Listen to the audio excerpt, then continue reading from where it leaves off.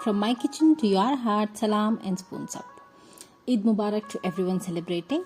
यहाँ चांद रात है और हॉनेस्टली थोड़ी सी बिजी भी हूँ, थोड़ी सी टायर्ड भी, लेकिन ईद की एक्साइटमेंट उसके सामने सब वर्थ इट लगता है। इस बार सिचुएशन थोड़ी डिफरेंट है दुबई में। सब अल्हम्दुलिल्लाह स्टेबल और काम है और शायद इसी वजह से ईद का शुक्र और भी ज़्यादा फील हो रहा है। ये व्लॉग चांद रात से स्टार्ट हो रहा है और ईद तक के छोटे छोटे मोमेंट्स जो यूजुअली रिकॉर्ड हो जाते हैं बट नोटिस नहीं होते, उन सबको कैप्चर करने की कोशिश की है। चांद रात का अपना ही एक अलग केओस होता है। कभी मेहंदी, कभी शॉपिंग, कभी किचन, सब एक साथ चल रहा होता है। घर में एक अलग सी एनर्जी होती है। किड्स एक्साइटेड, एडल्ट्स बिजी और बीच बीच में रैंडम कन्वर्सेशन। मैं यूजुअली ट्राई करती हूँ कि सब कुछ लास्ट मिनट पे ना हो, लेकिन फिर भी चांद रात पे थोड़ा रश हो ही जाता है। यहाँ पे मैंने अकेले सब मैनेज नहीं करना, हम दोनों मिलके सब हैंडल करते हैं। इसी वजह से काम मैनेजेबल हो जाता है। इतना सब कुछ करने के बाद भी थोड़ी सी लास्ट मिनट शॉपिंग मेरी रह गई थी। मुझे मीठा बनाने के लिए कुछ सामान चाहिए था, तो हम लोग आ गए थे ग्रोसरी स्टोर। यहाँ पे मुझे थोड़े से चावल भी लेने थे बिरयानी के लिए। चावल, दही और कुछ बेसिक से जो लीव्स और हर्ब्स होते हैं ना, वो सब मैंने लेना था। तो मैं आ गई थी नेस्टो हाइपर मार्केट। वहाँ से मैं सब लेकर फटाफट इसको कंप्लीट कर घर के लिए निकल जाती हूँ। ईद के लिए थोड़ी सी प्रिपरेशन एक दिन पहले से ही करनी पड़ती है, वरना नेक्स्ट डे ना काफ़ी हेक्टिक हो जाता है। सिंपल चीज़ें लेकिन इंग्रेडिएंट्स रेडी करना, बेसिक प्रेप कंप्लीट करना, ताकि नेक्स्ट डे थोड़ा स्मूथ हो। ये पार्ट ज़्यादा ग्लैमरस नहीं होता, बट यही एक्चुअल बिहाइंड द सीन्स होता है जो व्लॉग में यूजुअली नहीं दिखता। लेकिन आज मैंने सोचा कि चलो आपके साथ शेयर कर देती हूँ। चलिए जी, ग्रोसरी शॉपिंग कर मैं आ गई थी घर। अब हम तैयारी करेंगे फालूदा बनाने की। तो उसके लिए यहाँ मैंने चैना ग्रास के एक पैकेट को ले ली थी। इसको ना इस तरीके से हम कट करेंगे, छोटे छोटे पीसेस में इसको कट कर इसको अच्छे से एक बार पानी से वॉश कर लेंगे। वॉश करने के बाद हम इसको 25 to 30 मिनट्स के लिए पानी में थोड़ी देर के लिए भिगो देंगे। चलिए, जब तक ये भीग रहा है हम दूसरे काम कर लेते हैं। तो चांद रात का एक और छोटा सा बट सिंपल सा पार्ट होता है मेहंदी लगाना। यूजुअली ये सब घर में ही हो जाता है और इस बार भी मेहंदी लगाने का काम मेरे हस्बैंड हैंडल कर रहे हैं। बस एक सिंपल सा मोमेंट होता है, हम बैठ जाते हैं, बातें करते हैं और वो कामली मेहंदी अप्लाई कर देते हैं। ये कोई बिग सेटअप नहीं होता, ना ही ओवर प्लान्ड, बट ये छोटी छोटी चीज़ें ही ईद को पर्सनल और मीनिंगफुल बना देती हैं। बच्चों के लिए तो मेहंदी का एक्साइटमेंट होता है। उनको डिज़ाइंस चूज़ करना, अपनी टर्न का वेट करना, उनका होल मूड ही चेंज हो जाता है। ऑनेस्टली ये मोमेंट परफेक्ट नहीं होता, कभी मेसी भी होता है, बट फिर भी इस सिंपल रूटीन में एक कंफर्ट फील होता है। चलिए, हमने एक बेटी को ना हमारी मेहंदी लगा दी थी, तो फिर हम आ गए थे किचन में ताकि हम फालूदा जो है वो बनाकर रख दें। तो उसके लिए एक हैवी बॉटम पैन में यहाँ हस्बैंड ने दूध को डाला है। उसको हम अच्छे से एक बॉयल आने तक हम उसको चम्मच को चलाते हुए पकाएंगे। दूसरी तरफ हम एक सॉस पैन में डालेंगे थोड़ा सा दूध, अप्रॉक्सीमेटली 250 ml होगा। फिर उसमें हम डालेंगे भिगोया हुआ चैना ग्रास। चैना ग्रास को हम अच्छे से मेल्ट होने तक इसको चम्मच को चलाते हुए पकाएंगे ताकि ये नीचे स्टिक ना हो और ये अच्छे से घुल जाए। चलिए जी, जब तक फालूदा मेल्ट हो रहा है, मैं शीर खुरमे के लिए खजूरों को मैंने भिगो लिया था सुबह में ही। ये अच्छे से भीग गए हैं। अब मैं इनको ना कट कर तैयार कर लेती हूँ। सबसे पहले हम इसके जो सीड्स हैं उसको सेपरेट कर लेंगे, फिर हम इनको पतले पतले साइजेस में कट कर लेंगे। आगे मैं आपको दिखाती हूँ कि मैंने खजूरों को किस तरीके से कट किया था। ये देखिए, दूध में हमारा अच्छे से बॉयल आ गया है। अब हम इसमें डालेंगे कंडेंस्ड मिल्क। यहाँ मैंने 3/4 जो टिन आता है ना, उसका 3/4 पार्ट कंडेंस्ड मिल्क मैंने इसमें डाला था। फिर हम इसको टेस्ट कर डाल लेंगे थोड़ी सी चीनी अपने टेस्ट के अकॉर्डिंग। चीनी और कंडेंस्ड मिल्क अच्छे से मेल्ट होने तक हम इसको पका लेंगे। दूध जो था वो अच्छे से उबल गया है, इसकी चीनी और कंडेंस्ड मिल्क भी अच्छे से इसमें घुल गई है और दूसरी तरफ जो फालूदा हमारा मेल्ट हो रहा था ना, वो भी अच्छे से मेल्ट हो गया था। तो हम फालूदा का जो चाइना ग्रास का जो मिक्सचर था ना, वो उठाकर हम ट्रांसफ़र करेंगे दूध में डालने के बाद इसको हम 3 से 4 मिनट के लिए पकाएंगे। फिर हम इसको किसी भी ट्रे में, आप अपने चॉइस के अकॉर्डिंग कोई भी ट्रे ले सकते हैं ट्रे, या फिर ट्रे अगर आपके पास नहीं है तो आप प्लेट में भी ना इसको सेट कर सकते हैं। इसको हम रूम टेम्परेचर पे रखेंगे थोड़ी देर के लिए ताकि ये अच्छे से ठंडा हो जाए। एक बार ये ठंडा हो जाए तो आप इसको कोई भी शेप देकर इसको ना रेफ्रिजरेट कर लीजिए। चलिए, फालूदा बनकर होने के बाद हम चढ़ा देंगे दूध शीर खुरमा बनाने के लिए। शीर खुरमे को दूध जब हम बॉईल करेंगे ना, तो हमें उसको अच्छे से बॉईल करना है ताकि इसकी क्वांटिटी जो है वो रिड्यूस होकर दूध जो है अपना कलर भी चेंज करता है और वो ना अच्छे से क्रीमी भी हो जाता है।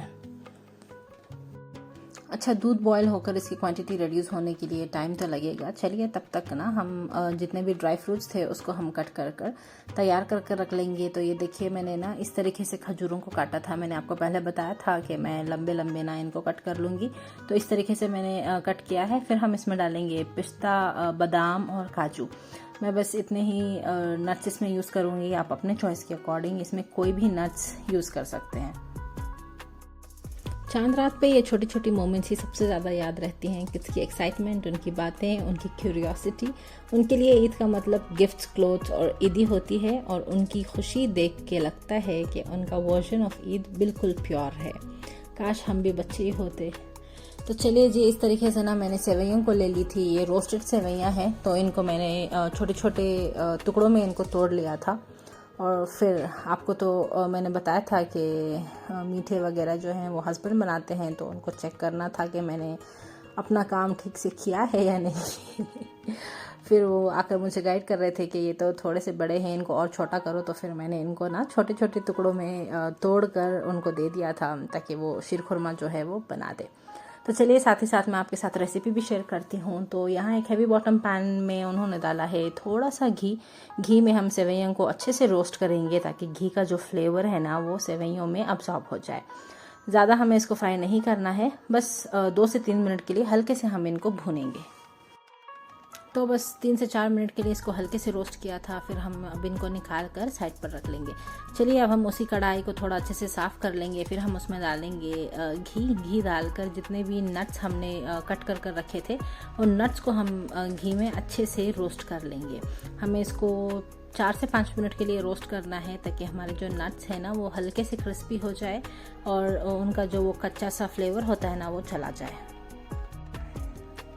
देखिए, नट्स अच्छे से भून गए हैं। चलिए, अब हम इसमें ट्रांसफ़र कर देंगे दूध, जिसको हमने उबाल कर इसकी क्वांटिटी रिड्यूस होने तक हमने जिसको उबाल लिया था, उस दूध को हम ट्रांसफ़र कर देंगे इसमें। ये देखिए, माशाल्लाह नट्स और घी के साथ दूध जब मिलता है ना तो उसका कलर इतना अच्छा लगता है।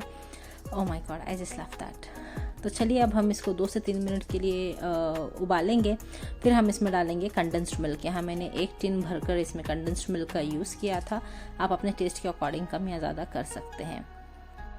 अच्छा, कंडेंस्ड मिल्क डालने के बाद इसको हम थोड़ी देर के लिए पकाएंगे। फिर हम इसमें डालेंगे मावा या खोया या खवा, आप जो भी कह लीजिए। मैंने इसको फ्रीज़र में रख दिया था, तो ये बहुत ही हार्ड हो गया था और मेल्ट होने के लिए इसमें टाइम बहुत कम था, और मैंने सुबह में निकालना मैं भूल गई थी। तो इसके लिए ना मैंने एक पैन में थोड़ा सा दूध लेकर मावे को उसमें डाला और इसको अच्छे से मेल्ट कर लिया था। मेल्ट करने के बाद दूध और मावा का जो मिक्सचर था वो मैंने इसमें डाल दिया है। डालने के बाद चलिए, अब हम इसको 5 से 6 मिनट के लिए पका लेंगे, ताकि खोवा और कंडेंस्ड मिल्क जो था वो अच्छे से मेल्ट हो जाए। और फिर हमें पता चले कि इसमें कितनी चीनी हमें डालनी है, क्योंकि कंडेंस्ड मिल्क पहले से ही मीठा होता है, तो हम चेक कर कर डालेंगे अकॉर्डिंगली। चलिए जी, अब हम इसमें डाल लेंगे चीनी। आप अपने टेस्ट के अकॉर्डिंग इसका टेस्ट देखकर आप चीनी डाल लीजिए। चीनी डालने के बाद हम इसको थोड़ी देर के लिए और पका लेंगे। ये अच्छे से दूध में एक बॉयल आ जाए तो हम इसमें डाल देंगे सेवइयाँ जो हमने भून कर रखी थी। अच्छा, और ईद पे एक चीज़ जो हमेशा याद आती है वो है अपना बचपन। जब ईद की सुबह उठते ही नए कपड़े पहनते थे और सबसे पहले कज़न्स के घर जाने की एक्साइटमेंट होती थी, ईदी कलेक्ट करना और फिर काउंटिंग करते रहना, और लगता था जैसे वो दिन कभी ख़त्म ही नहीं होगा। आज जब अपने बच्चों को वही एक्साइटमेंट में देखते हैं तो रियलाइज़ होता है कि ये साइकिल कंटिन्यू हो रही है, बस रोल्स चेंज हो गए हैं। वही फीलिंग, बस अब थोड़ी सी डिफरेंट पर्सपेक्टिव के साथ। जब हम छोटे थे ना तो मुझे याद है मेरे मम्मा और डैडी जो थे ना वो इसी तरह रात में ना सारी रात जाकर मीठे बनाते थे, जिंजर गार्लिक का पेस्ट बनाते थे, इतने सारे काम वो करते थे। हम लोग बस मेहंदी लगाकर सोए रहते थे, सुबह का इंतज़ार करते थे कि सुबह कब होगी, हम अपने मेहंदी का कलर हमारा कितना डार्क होएगा उसका वेट हम करते थे। फिर अच्छे अच्छे कपड़े पहनकर बाहर गली मोहल्ले में घूमने भी जाते थे। अल्हम्दुलिल्लाह सच ब्यूटीफुल मेमोरीज। तो चलिए सेवइयों को हमने बना कर ना उसको ढककर रख दिया था, फिर हम आ गए थे मेरी मेहंदी लगाने के लिए। तो यहाँ सारा काम ख़त्म करने के बाद मैं और हस्बैंड बैठ गए थे मेहंदी लगाकर। मेहंदी लगाने के बाद हम थोड़ी देर के लिए सो गए थे, क्योंकि यहाँ सुबह की नमाज़ बहुत ही जल्दी होती है।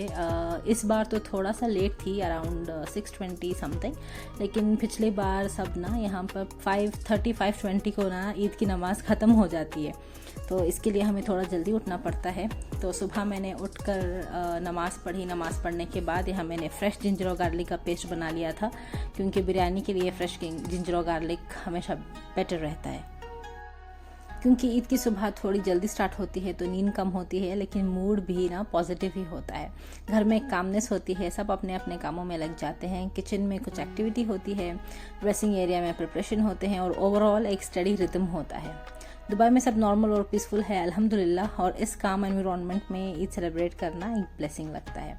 तो चलिए जिंजर गार्लिक बनाने के बाद यहाँ हम बना लेंगे बैंगन का खट्टा। उसके लिए एक ब्लेंडर जार में मैंने ले लिया था एक मीडियम साइज़ की प्याज, थोड़ी सी हरी धनिया, थोड़ा सा ज़ीरा और जिंजर गार्लिक का पेस्ट। उसका एक स्मूथ पेस्ट बनाकर हम तैयार करेंगे। फिर एक प्लेट में उसको ट्रांसफ़र करेंगे। फिर हम इसमें डालेंगे बेसिक से सूखे मसाले।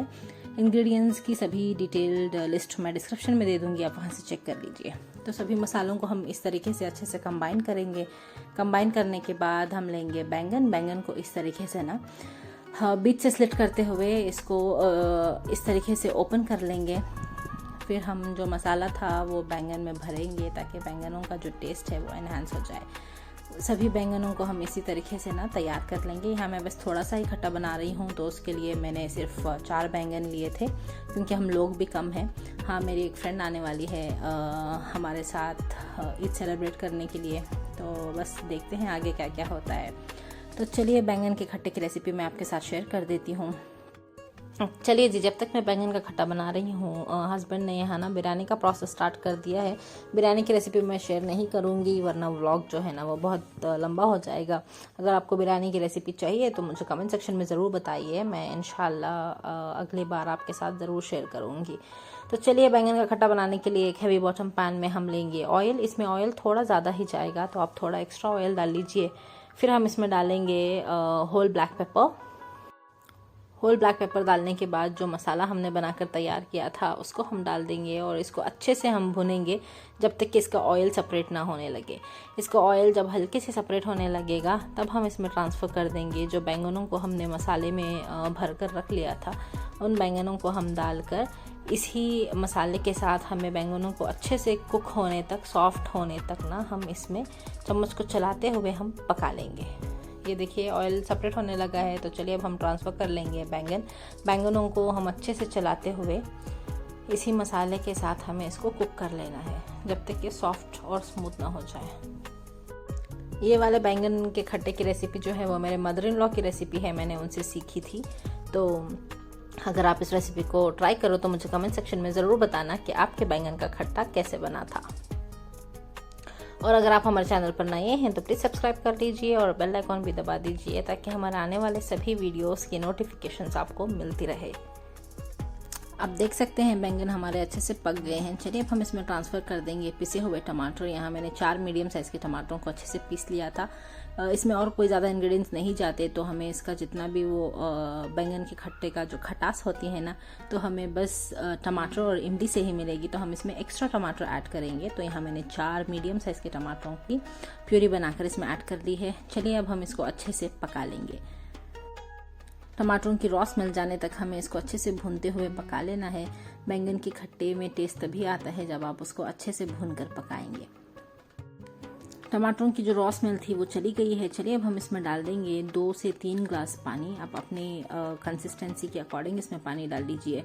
पानी डालने के बाद हम चम्मच से इसको अच्छे से चला देंगे और ढक कर 10 to 15 मिनट्स के लिए इसको अच्छे से बॉईल होने देंगे। चलिए जब तक बैंगन का खट्टा बॉईल हो रहा है हम देख लेते हैं बिरयानी हमारी किस स्टेज पर आई है। तो ये देखिए बिरयानी जो है वो मटन अभी हस्बैंड ने डाला है, और इसको हम अच्छे से भुनेंगे जब तक इसका कलर चेंज नहीं हो जाता। और ये देखिए इस तरफ पानी डालने के बाद बैंगन का खट्टा जो था हमारा वो ऑलमोस्ट बनकर तैयार है। अभी हम इसमें डाल देंगे इमली का एक्सट्रैक्ट। मैंने बहुत सारे इमली को ना थोड़ी देर के लिए अच्छे से उसको वॉश कर गर्म पानी में भिगो कर उसको रख लिया था। उसका जो एक्सट्रैक्ट था वो मैंने निकाल लिया था। तो देखिए इतना सारा इमली का एक्सट्रैक्ट जो है मैं इसमें ऐड करूँगी, क्योंकि भाई इसका नाम ही है बैंगन का खट्टा। अगर इसमें खटास ना हो तो फिर वो खाएगा खट्टा। चलिए ये ऑलमोस्ट बनकर तैयार है। हम इसको ढककर 2 से 3 मिनट के लिए पकाएंगे, फिर हम फ्लेम को बंद कर देंगे। चलिए जी, हम तब तक घर को थोड़ा सा रिफ़्रेश कर लेंगे। तो यहाँ मैंने एक ईद मुबारक का पोस्टर निकाल लिया था, तो उसको भी हम लगा देंगे। कैंडल्स वगैरह जला लेंगे और थोड़े सी जो वॉल हैंगिंग्स होते हैं वो मैं हैंग कर ना घर को तैयार कर लेती हूँ। तो चलिए आप साथ ही साथ देखते जाइए। और ये रहे हमारे ईद के आउटफिट्स। ब्लू वाला जो है वो मेरी बेटी का है, छोटी बेटी का। येलो वाला मेरा है और पिंक वाला जो है वो बड़ी बेटी का है। तो मम्मा जब बैंगलोर से आई थी ना रिसेंटली, तो वो अपने साथ ये सारे कपड़े लेकर आई थी। बहन ने और मम्मा ने ना मिलकर ये सारे हमको ईद के जोड़े भेजे थे, ताकि हम उनके कपड़े पहनकर यहाँ ईद सेलिब्रेट करें। भले दूर रहे लेकिन उनका प्यार हमेशा हमारे साथ रहे। आज का लुक सिंपल रखा है, कंफर्टेबल भी हो और फेस्टिव भी फील हो। गेटिंग रेडी का प्रोसेस इटसेल्फ ईद का पार्ट बन जाता है। ज्वेलरी, आउटफिट, छोटे छोटे डिटेल सब टुगेदर कम टुगेदर होता है। किड्स भी रेडी हो रहे हैं और उनको रेडी करते करते टाइम का पता ही नहीं चलता। ईद का रियल मीनिंग सिर्फ सेलिब्रेशन नहीं होता, ये एक रिमाइंडर होता है कि जो है उसके लिए ग्रेटफुल रहो। फैमिली, हेल्थ, सेफ्टी, ये सब चीज़ें ही एक्चुअली बिगेस्ट ब्लेसिंग्स हैं। और इस ईद सबसे ज़्यादा कंट्रोवर्सी में तो भाई ये बच्चे थे। ये बैंगल्स, इनकी इतनी कंट्रोवर्सी चली, या अल्लाह। एनीवेज, ये मुझे हस्बैंड ने ला कर दिए थे, तो मैंने कश्मीरी बैंगल्स को पहन कर ना मैं बहुत खुश हो गई थी। अब फाइनली ईद का मोस्ट अवेटेड पार्ट है खाना। घर का बना हुआ खाना और सबके साथ बैठ के खाना, यही कॉम्बिनेशन ही ईद को कंप्लीट करता है। ये सिर्फ खाना नहीं होता, इसमें एफर्ट, टाइम और लव इंक्लूडेड होता है। हर डिश के पीछे एक इंटेंशन होती है कि सब एंजॉय करें, सब टुगेदर बैठें। बच्चों के साथ टाइम स्पेंड करना, उनके रिएक्शंस, उनका एक्साइटमेंट, ये सब ईद का हाईलाइट होता है। ईदी लेना उनके लिए बहुत बड़ा मोमेंट होता है और उनकी खुशियाँ बहुत जेन्युइन होती है। ये छोटे छोटे ट्रेडिशंस ही मेमोरीज क्रिएट करते हैं जो लॉन्ग टर्म तक याद रहती हैं। ओवरऑल ईद हमारी सिंपल थी बट पीसफुल थी, और ऑनेस्टली वही काफ़ी होता है। अगर फैमिली साथ हो, सब सेफ हो और एनवायरनमेंट काम हो, तो ईद ऑटोमेटिकली मीनिंगफुल बन जाती है। So that's all for today. जल्द ही मिलेंगे अगले व्लॉग के साथ. Until then, from our home to yours, Eid Mubarak everyone. May Allah protect you all and keep you safe. Take care. Allah Hafiz.